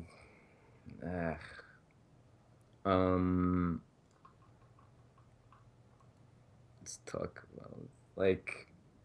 The ability to what? Sorry, I'm having a block. It's just... Okay, I'll just go for it simply. Blood Tap, first of all, gives you all Death Runes. This gives you flexibility. If you need to Rune Tap, you can use the Death Rune to Rune Tap. You need to AoE, you can use it to Blood Boil, or you can use them to Death Strike. That's already an inherent advantage it has over both the other talents, which do not give Death Runes unless the rune would have already come back as a Death Rune naturally. Right. On top of this, often you'll find yourself AMS soaking, which will quickly overcap your RP, which means you're forced to just spam Death Coil if you're not currently have Breath active. When that happens with other talents, you're going to be prone to overcapping your runes by getting procs during that time. Whereas with Blood Tap, you get to store them up and just keep Death Coiling, so you don't have resource overcapping during AMS soaking. And finally, like I keep saying, it allows you to bank runes for Death Strike. It allows you to always, like, the most important thing about playing BloodDK, the one thing, like, if you want to learn how to stay alive as a BloodDK, the one thing you have to learn is to always, always, always have a Death Strike ready and to use it as soon as you are in trouble. And Blood Tap lets you do that more fluidly by shuffling around your stored Death Strike between your blood charges and your actual rune bar. Because the problem is you don't want to overcap your runes because that's just a waste of DPS. But you do want to have that Death Strike constantly psyched. So what happens is when you're about to have both runes come up, you Death Strike, then you... fuck. This is too hard to explain. This is why I say it's a tricky talent. No, I understand. I think the only thing that I've ever looked at before is, since I was like learning Death Knight, I use Runic Corruption. I was always told never take Empowerment, it's just bad. Empowerment, okay, why? Empowerment will actually get you killed over and having no talent. Oh, why? What? Here's how you use Empowerment. You have to have both your runes on cooldown for it to proc. Ugh. So that means you have to have your runes be like, one blood is ready, one blood's on cooldown, both your Unholy Frost on cooldown. That means you cannot Death Strike at that time. Then you have to use Death Coil, hope you get random procs, and you have to get 2 in a row, so that maybe you can then Death Strike. Now imagine that on a difficult fight. You have to dump all your resources, then rely on luck to get them back, and hope the boss doesn't kill you while you're waiting for luck to happen, right, or your runes to come back up. Like, it's actually suicidal. When I first started playing Blood, I played with Runic Empowerment. I got to Empress, and I realized I could not do the fight. Then I switched to Blood Tap, and I never died again. So then what else are we looking at here? So 75 Death Pact? Yeah, I mean, Death Siphon is less efficient than Death Strike for healing, so it's completely useless per rune.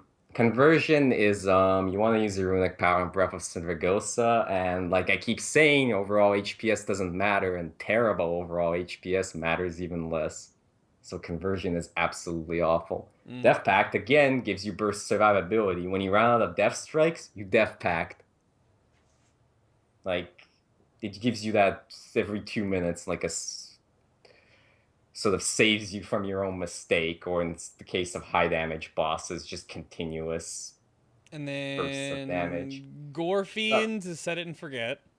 90 is the only tier of flexibility. Oh, yeah. There are a couple fights where you use Desecrated Ground, not on this tier, but previous tiers. Iron Maidens and Ore Gorger. Desecrated Ground could be useful if you made a mistake. I mean, on one hand, I'd say planning to make a mistake is a bit stupid, but on the other hand, what else would you take on those fights? So why not just cover your ass? And Remorseless Winter, I mean, it can be good in challenge modes if you have a DPS DK for grips. Of course. Yep. You don't need grips in every situation. So like 90 is flexible, it's just the other two talents are useful like 5% of the time. So you rarely see people pick them. But it's not because grip is always mandatory. And then the 100 talents. I mean, there's even more discussion about these than Blood Tap and Runic Corruption. I'll start with the easy one. Necrotic Plague is completely awful and useless for Blood. The reason being is that normally you would just keep your diseases up, but with Necrotic Plague, you're forced to recast them because Necrotic Plague cannot be extended via Blood Boil. This causes you to waste runes and GCDs, and it can come up at annoying times and just mess up your whole flow. On top of this, Necrotic Plague basically does about the same DPS as your regular diseases, so you're not regaining damage on average. I mean, I know with the stack mechanic and Blood Boil stacking, sometimes it can do a little more, but the difference is so trivial. And the runic power gains from it, the problem is you only care about runic power if you're running Breath of Sindragosa, and it's mutually exclusive with that talent. Right. Otherwise, you're just going to be overcapped on runic power. So then, you said earlier in the show, just so I can move this along, not to cut you short, but Breath of Sindragosa is like the way that a BloodDK can like be most beneficial to the raid my guide versus says Defile? my guide recommends Defile as the default choice. Why? Because it's way easier to play, not because it's actually better in any way. Like, a lot of people point to Defile's 10% damage reduction, and they're like, oh, it's a good defensive talent. Well, if you average it out and use it on cooldown, it's 3.3% damage reduction, which is nothing. As I keep hammering into people's heads, burst damage survivability is what matters, not 3% overall damage reduction that ends up going to overhealing instead. Okay. And on top of this, it costs a rune to cast. That's half a Death Strike. Half a Death Strike is more likely to save your life than 10% damage reduction in reality. In fact, unless you only use Crimson Scourge Frogs for the file, it is in fact sometimes a mitigation loss. Or at least a survivability loss, which isn't the same thing. So the reason I actually recommend Defile, my guys, is because it's simple to use. You don't really have to think about it. Just use it on cooldown. Breath of Sindragosa is, well, it got completely destroyed by this patch, and it's very frustrating to play now, but... Well, it was better. Here's the thing. Like I explained already, Defile and Necrotic Plague are useless. So you still take Breath. It doesn't matter if it got nerfed. It's still a lot better than useless. And at the end of the day, the Breath of Sindragosa's only real drawback is it makes you have to play better. But I actually consider that a strength. Why? Because if you learn how to play Breath of Sindragosa, you'll become a better player. And that'll help you in the future, no matter what spec you play. Because Breath of Sindragosa forces you to learn how to split your attention between multiple things. In this case, the tanking aspect and the managing your runic bar aspect of Breath of Sindragosa. If you can master that, you'll become better at every other spec in the game. Because you'll become better at multitasking. For example, doing mechanics and your rotation at the same time. On top of this, Breath of Sindragosa is its healing aspect is hilariously powerful in a few fights. Fellord, Zul'Harak, Arkamon, great examples. Gorfiend, although it doesn't matter there. Tyrant that helps in phase 2, although it's not really that important there. Okay. And, like, Iron Reaver, I think. I mean, it doesn't matter, all the other fights are irrelevant. Like, fair enough. And it gives you damage. And like I keep saying, once you have survivability handled, go damage. And this does way more damage. Sounds good to me. And this talent is the only reason multi-strike is your best stat. Great design, I know. Oh, goodness. Until next expansion, we'll have to see how that changes. All right, Treckie, you're up next, sir. Walk me through Protection Paladin. If anything has really changed. There's been a couple of things that have been up and down, but... I mean, since the last tier, the two big things are Empowered Seal's haste cap is hard to go down to without wasting too much stats. So Holy Shield is more attractive than it was before. And the second one is our 75 tier, which due to the legendary ring and the strength, the DPS output benefit you can get from Holy Avenger, has shifted a large amount of people to go into Holy Avenger instead of Divine Purpose, and depends just what you're going for. Is it still... Yeah, you can walk me through every tier. Go for it. Yeah. That's the big things. Otherwise, it's been pretty normal. So... Sorry? So level 90 then. Level 90... Oh, the level 90 title is about the same, as it's always been, basically. Holy Prism is good for picking up ads, but pretty weak damage-wise, and it's on a global cooldown, so it's not really that useful on healing in a 20-man situation. However, it can be really strong in like 5-mans and like challenge modes. Light's Hammer in Execution Centers is simply a single target versus AoE, and the extra healing from Light's Hammer is nice on some fights, and I would really want to take it for like defensively for a fight like Gorfiend, where it's actually gonna do some decent healing for people, but it's not gonna be dependent on, or people are not gonna be able to depend on anyway. Right. And those two, Lights Hammers and Execution Sentence, gains a lot of strength if you're running with Seraphim Massey level 100 talent, which we can get to later on. Okay. Yeah, that's something I've heard before. That's more of the DPS side of things, whereas like the Holy Prism Empowered Seals or Holy Shield is very more defensive side. Okay. So from the top to the bottom, basically, whatever movement speed talent you take, it's pretty arbitrary.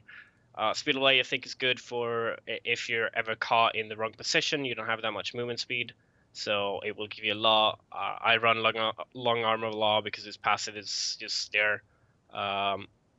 It's just gonna give you a lot of, with the amount of haste you have, it's gonna be a lot of just movement speed, like pretty much all the time. As for level 30 talent, very few of them are interesting. I just run Fist of Justice. I don't think there's any fight where Blinding Light could be useful outside of Sulhorak, which could actually be decent for. Yeah. But so it's can Fist of Justice. Depends on how if you're trying to AoE stun them or single target. Level 45 talent tree, there's no competition. Sacred Shield is like by far the best. It's a shield. Eternal Flame, and it will proc like it's a 30-second shield, and it will proc every 6 seconds, depending on the haste. And it's just the only real option that you can have in there. Eternal Flame would be healing, but while it's off the global cooldown, it's gonna take 3 holy power, and it's just gonna eat your survivability a lot, and you're gonna get a really weak hot on yourself, and it's just not gonna be worth it. And self-as healers, just, well, it can be decent. You can use it to save someone's life, but it offers you no defensive value outside of a on global cooldown heal, which is gonna be weak anyway. Well, it's gonna be relatively strong with Resolve, I guess, but second shield, the shields are too strong.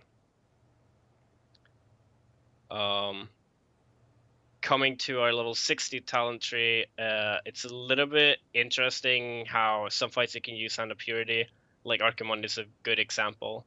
But it's also a fight where you take a lot of physical damage, a lot of damage all the time, so most people run Unbreakable Spirit. If there's a fight that really encourages using Hand of Protection, stuff like that, Clemency is an option, but usually that's what DPS Paladins or Healer Paladins go to first. Right. But Purity actually does reduce damage by 15% as well to use it. But so you could, in a span of 1 minute, comparing Unbreakable Spirit to Hand of Purity, you can either have, with Hand of Purity, you can have 2 times 6 second 15% and 1 8 second 20%. Or if you have Unbreakable Spirit, you have 2 times 8 seconds, which Hand of Purity would then be more seconds of damage reduction, but Hand of Purity is on the global cooldown, which is going to be awkward to use, and it's going to cost you Holy Power, which is going to cost you Shield Righteous uptime. Right. And if you want to survive, you want to be using, you want to be having as high Shield Righteous uptime as possible. Fair enough. The question that came up in chat, just to put this into this part of the show, was is there a, like, you can go empowered seals to get the haste from judging righteousness to, like, gear a different path? Or is it like after a certain point of time when you have higher enough gear, like in Herlock, even like the mythic HFC, you just go Holy Shield for the defensive nature of it? Or is there, like, where's the trade-off come there? Is it like a break point for those two talents, or? So the level 100 talents really comes down to what your gear level is. With the gear you have, what haste cap can you reach? To put it simply, the Empowered Seals haste cap is 1700 haste, and the Holy Shield haste cap is 3800, 58 haste. So if you can reach 3800, great, go for Holy Shield. If you can't reach that and you can actually go down to 1700 without wasting a lot of stats, you want to go for Empowered Seals. You don't really want to be anywhere in between that. You want to be at either of the extremes if you want to use those. Seraphim is a little bit different topic. It's more offensively, but it can be used defensively as well. Well, it was both. It was great for both before it was nerfed. So that was the well, it is-all was be-all. 1,000. It was 1,000 stats, and even if it was 1,000 stats now, you would use it on more fights, but it's situational now, and it's mostly used offensively now these days. Right. Yeah, it definitely has changed a little bit. But there's a lot of people who seem to think that Empowered Seals is useless and everything like that, and Holy Shield is the end all be all kind of talent. But Holy Shield really isn't that great of a talent, because all it does is it gives you 15% haste, a 15% block, and it gives you the ability to block magic attacks, which are really, really good on a fight like Silhorak, where there's a lot of hits that do magic, and on Archimon, where there's a lot of magic hits all the time. But you cannot be using Holy Shield on a fight like Manaroth and expect to block his magic hit, because it's a percentage chance to fail. So if you rely on that one to block to save your life, you're gonna die. So if it can block an attack like that or not, it really doesn't matter. It gives you 15% block and a little bit of safety cushion for magic attacks. Okay. While your main goal for survivability is to reach 50% haste, and if you don't have gear and you need a lot of haste from a talent, Empowered Seals is your go-to talent. How does that stack with your attunement though? Because does it increase? Does the 20% Empowered Seals gives you stack on top of the haste you've already got on your paper doll? No, the attunement is only pure haste rating. Rating. Yeah, it's okay, only haste rating from gear. So that increases the flat number of your haste stat then. The Empowered Seals Righteousness haste. Is that how that works? No, it doesn't have anything to do with it. No. Okay. Your attunement. So you get but Empowered Seals would basically puts your haste cap a lot lower. Right. That's it. That's what it does. Okay. So the increases your haste by 20%. It's just actually a flat 20%. It multiplies your final haste by 1.2. Okay. Your haste rating is taken. It's multiplied by your attunement, in this case 30%. It then gets converted based on the formula for haste rating to percentage conversion. Then when you have Empowered Seals up, it multiplies by 1.2. And if you have Lust up, it multiplies it by another 1.3. And yes, they're multiplicative of each other. It's a lot of haste, basically, right? And the 5% haste buff also is multiplicative. The whole point, however, is that you don't want to have any haste buffs. You want to be haste capped passively with Empowered Seals, the 5%, and your 1715 rating that you have on your gear, and that's it. You don't like Bloodlust. Literally, you don't care about that at all. Haste procs on weapon, you don't want to be using that, and that's basically gonna be where you're gonna run. You need that consistent max shield righteous uptime by being haste capped. Okay. Basically. That's not too hard to, I guess, understand. I don't play a Prot. I mean, the only warrior, only tank I have anymore right now is my Death Knight, but I've not done anything on him since last tier, so I think that covers a lot of everything. I want to give the chat enough time to get a couple of questions in, though, so I will move us along here real quick. Honestly, I still didn't. There's too much to talk go about over. For breath. It's just too. Yep. I understand, but I'm cutting you off, Trox. I'm pushing the button. I'm gonna talk about some things and plug some websites real quick and give a couple little update-aroos to chat room, and then we'll come back for a little bit of time with some talking discussion from chat room, a little bit of questions. If you have questions right now, hold them in chat or send them to me on FinalBossTV on Twitter. But we talked about a little earlier in the show, not every class has a place to go and learn things from their other people and their peers and their players in the class. But MMO Champion on the forums here, there is a couple great forums for your class. Additionally, MMO Champion is going to be your best place for tons of blue posts, data mine things, beta information stuff. They have got the supposed BlizzCon 2015 schedule up. You know, there's a whole bunch of things you can get on MMO Champion.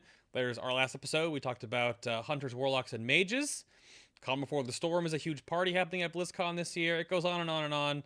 It goes on and on. You can go check out MMO Champion, of course, for all that stuff, either the forums or the front page news.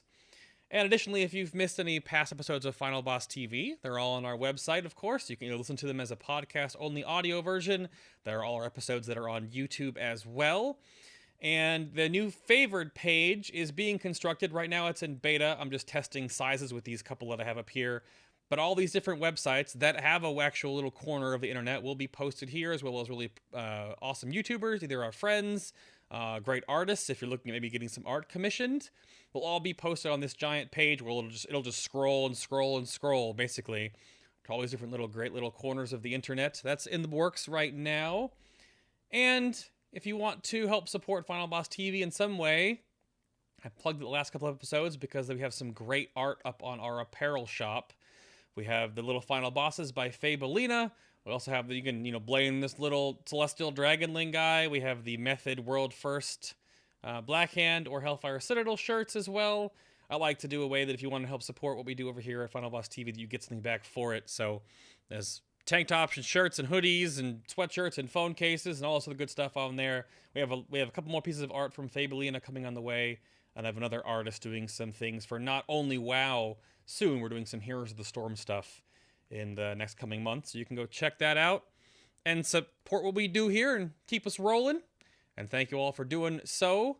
But let's do some questions now. We have probably about 15 minutes, honestly. We'll take some questions from chat and from Twitter for our guests before we get out of here for the day. So, I think people wanted to talk about glyphs.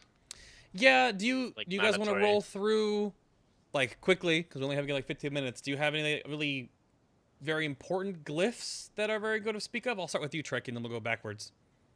Not really. The main thing is you gotta be it's a divine protection one, which either is 20% magic and physical damage reduction, or 40% magic damage. Right. And there's some fights where you can use it, some fights you not. It's important to just keep that one in the back of your mind if you want to use it or not. Other than that, it's a little bit min-maxing damage with the focus shield, final wrath, Yep. and hand of sacrifice is useful as well. Well, pretty much, it's only the divine protection one that's really that interesting to keep in your mind. Everything Okay. else is a little bit play, however. Alrighty, sounds good. Trox, you have any glyphs of super importance you want to shout out real quick for BloodDKs? They all suck. Well, And oh my goodness. There's got to be some that are all right. There's so primary many glyphs, of them. you use Outbreak, Blood Boil, Regenerative Magic, you use Dark Sim glyph if you're gonna Dark Sim on Mana or Offer Hellfire Assault, that's it. Right. And secondary glyphs doesn't matter, but you can use Tranquil and Resilient Grip together to stack Unending Hunger faster if you're using that trinket and you want to go through the bother of the absolute most trivial gain you can imagine. And you also lose your second taunt, so have fun with that. But I mean, it doesn't really... It's such an irrelevant thing. Min-maxing something like that is not worth it to literally 99.9% of the population. You're better off focusing on more important stuff. That's fair. But you said Outbreak, very important, you said? Outbreak is important because it synergizes with Plague Leech. Right. If you have Breath of Syndragosa active, you Plague Leech, and then you actually Plague Strike and Icy Touch just to generate 23 runic power. You do not glyph Outbreak during Breath. Blood Boil glyph is because why not have Thermonuclear Explosion Radius AoE. And Regenerative Magic because sometimes it lets you squeeze another AMS in, and it's not like there's any other good glyphs except occasionally Dark Sim. In the 1-2 cases it's useful. Right. Fair enough. Sounds good. Eddy, anything for Prot Warrior of super specificness? I would have said for this tier, it's actually been not too bad in terms of glyphs. You can actually get quite a few different choices, like some good ones. I think mandatory is the 120 rage one, and a new rage. And a rage, yep. some of the fights in this tier actually do have quite a lot of interrupt mechanics on it. You've got Velhari, you've got the Council, you've got Iskar to a lesser extent, and there's various other ones. But the Rude Interruptions glyph is quite a good bonus to get if you're inclined to get damage, and it's 3 damage, so why not? The run speed glyph from Enraged movement, or whatever it is quite useful. Yep. Yeah, that's quite good. Especially for things like on Manaroth when you're getting pushed back from the Shadow Force. With double charges, it's not really an issue, but it's quite nice. Especially when picking up Fire on Archewand. That's where it comes into its own. Because if you're doing it as a tank, you generally have to run out with... On Warrior, I've been usually doing it around 14 seconds left to pick up the fire, which... there's about a 2-second difference that you can get with that glyph, so it's quite strong. And yeah, for various fights, like increasing your thunderclap range can be useful. I'd say on things like Iskar, getting a big thunderclap's really helpful. Okay. I'm going back through the chat real quick here to grab questions. Kev Nil, just to blanket your question, we've already done Druid tanks. You can go check out our Avoidance tank episode. All these episodes are all on YouTube or on iTunes and Stitcher, so you can just go check our playlists on YouTube. Links are down below, so you can listen to a Guardian Druid talk about bear things.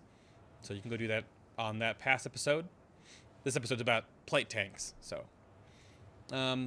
thoughts about artifacts and class halls? Really don't have any information yet, so we're not going to sit here and speculate, because it's kind of like...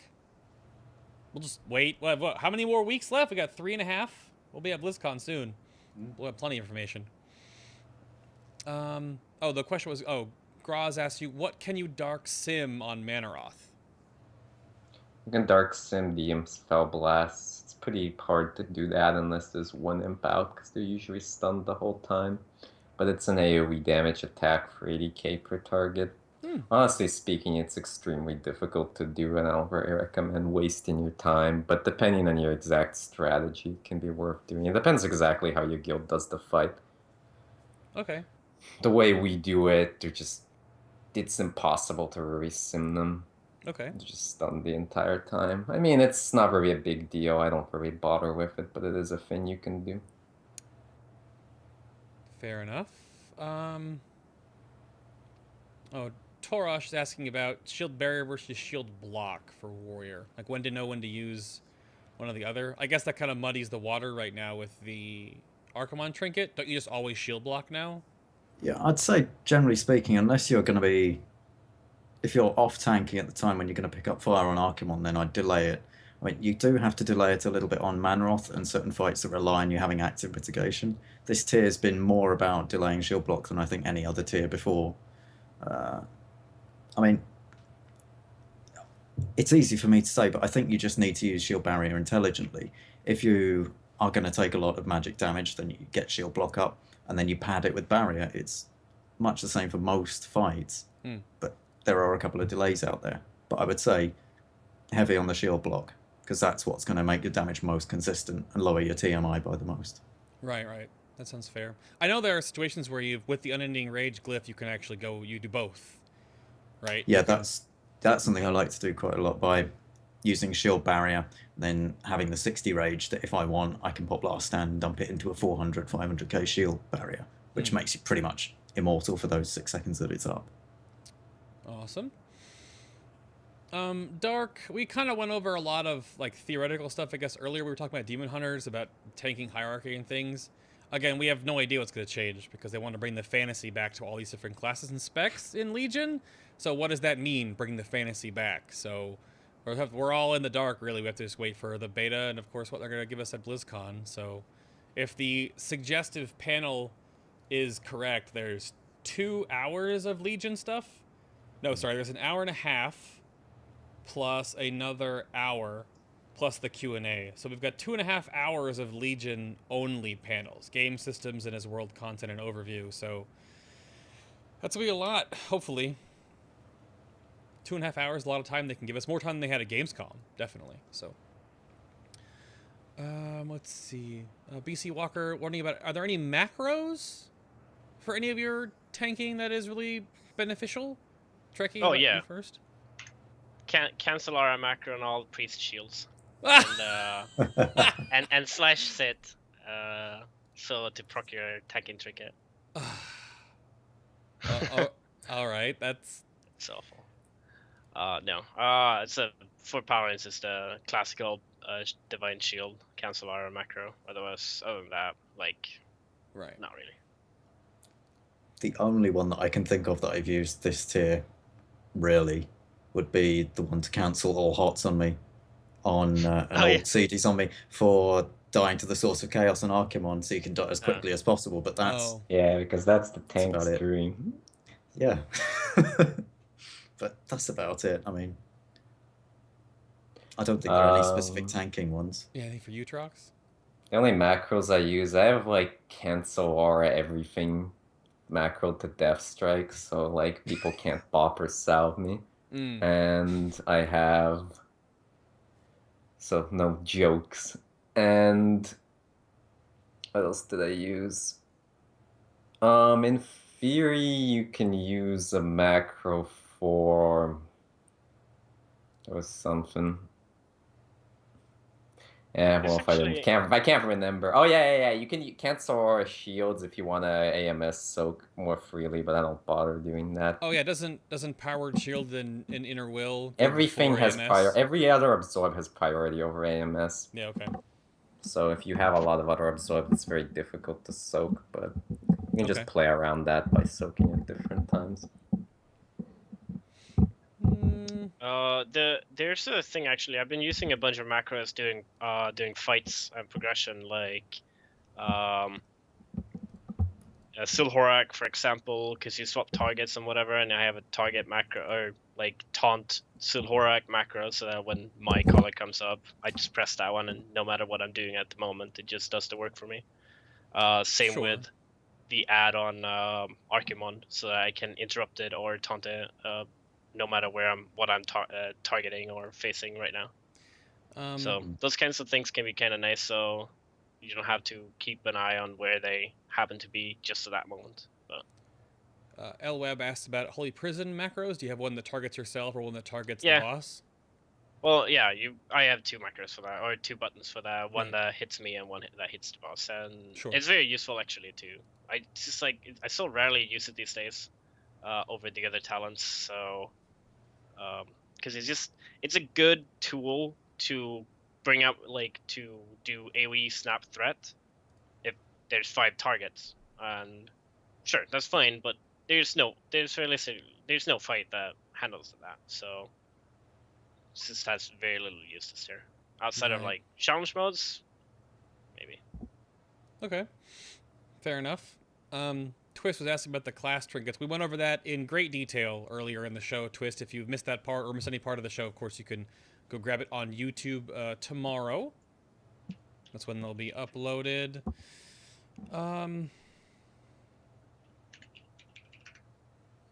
Northern wants to know, I guess that's kind of subjective, if Blood Tap wasn't always giving you a death rune, or just reactivating the rune. It wouldn't work that way. What I mean by that is, like, Blood Tap restores a random fully depleted rune, which would be, and it goes left to right, so it would always replenish blood runes, and it would be, like, really fucking annoying to use. It would basically make the talent almost unusable. Like, it would still be the best talent because it's the resource storing that's the most important part, but it would be so fucking annoying to use. Like, it would just be like... That is the definition of pointless busy work difficulty. That would be the definition of pointless complexity. Okay. Maybe one more. I don't think I see anything specific. So I guess... Cool. All right. I'll call that then, because there's going to be a way that you can get in touch with these fine gentlemen, of course, if you want to ask them additional questions. But I think it is time to hit this button right there. So thank you all so much for tuning in to episode number 99 of Final Boss TV, your WoW in-game rating show. My little lower third here was wrong at the episode, but I fixed it. You didn't even notice it, but some of you did, and you're really good at that. But around the table again real quick, our guests that came on were... There's Eddy, came on for Protection Warriors. Or he's building tenure on the show, and you can go follow him on Twitter at Eddy11999 or 991. 99. I can't read my own things there. I've been looking at way too much stuff. It's been a long episode, but thank you for coming on the show again, sir. It was great having you. Thank you. Thank you very much. My pleasure as always. And you can bump people on Twitter for questions, or of course you said you suggest the MMO Champion Prot Warrior thread, right? Yeah, that would be the best place. Awesome. Thank you, thank you. Additionally, here's Troxism. You can go follow him on Twitter as well at the same exact name. Do you do much Twittering, Trox, or do you suggest people go find your guide and stuff, or do the Acurus? You can ask me in Acurus. You can maybe post on the guide thread. Okay. But I'm kind of inconsistent there lately. You can ask me on Twitter, or you can add my battle tag directly. I'm sure you can find that somewhere, either in the guide or the YouTube or something. Okay. Yeah, the Acurus IRC is definitely the best place to talk about Death Knight stuff, even though it's becoming more of like a multi-class thing I've heard, but there you go. No, there's just other channels. Ah, right. Good stuff. Thank you, sir, though. It was awesome. I appreciate your time. And there's Treckie. You can go follow him on Twitter at TrekkieWow. And you can go ask him questions there. Is there anywhere in the corner of the internet you can go for P.Pally stuff, Treckie, or...? Oh, not really. There's not a bunch of. I mean, there's the MMO forums. There's a P.Pally section, all that kind of stuff there. I'm not a part of that. I do some of the stuff for Icy Veins, but their forums I think is not that big compared to MMO Champion. But anyway, if there's any questions or anything, I'm usually always streaming. So like, come find me there, come talk to me there, and we always have great discussions. So Yes. yeah, Also very true. Yep, I've had your Twitter up and your Twitch up during the show, so thank you again, sir. Thought it was great to have you on. great being. And then, of course, next week is going to be elemental or nature-oriented healers with Mistweaver Monk, Resto Druid, and Restoration Shaman. More details on the guests coming up on that one will come up on Facebook and Twitter in the next couple of days. And then the week after that will be a special sit-down interview with the new top NA guild, and we'll see what they have in store for us in the coming expansion. If you have questions for Resto Druid, Resto Shaman, or Mistweaver Monk, send them in now on the Ask a Boss button down below. And all thank you so much for tuning in and watching today. We'll see you in the YouTube comments or wherever else we might find you on the internet. And we will see you there. Trust in your seal of inevitable gold, because that's all you're getting right now. Oh my goodness. And until next week, everybody. Bye. Bye. Wave bye, nice people. Wave bye. Wave. Oh, poor Treckie. Oh. Oh. Bye, everybody.